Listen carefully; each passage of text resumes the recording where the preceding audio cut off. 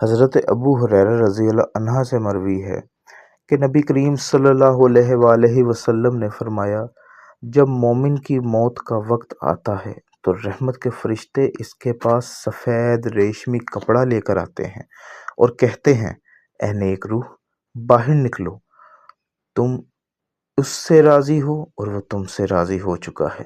اللہ کی مہربانی، خوشبو اور راضی رب کی طرف۔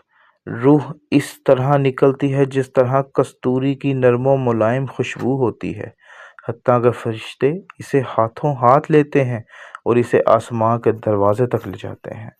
فرشتے کہتے ہیں، کتنی عمدہ خوشبو ہے جو زمین سے آ رہی ہے، پھر اسے مومنین کی روحوں میں لے آتے ہیں۔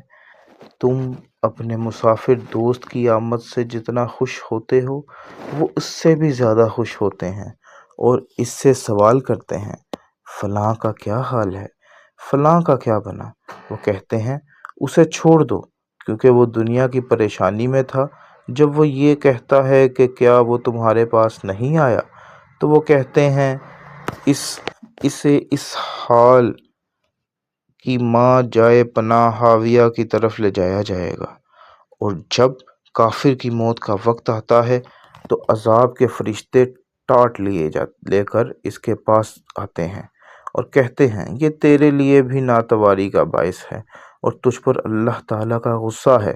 اللہ عز و جل کے عذاب کی طرف نکل، اور وہ اس طرح نکلتی ہے جس طرح کسی مردار کی انتہائی بدبودار لاش ہو، حتیٰ کہ اسے زمین کے دروازے تک لاتے ہیں تو وہ کہتے ہیں، یہ بو کتنی بدبودار ہے، حتیٰ کہ اسے کفار کی روحوں میں لے آتے ہیں۔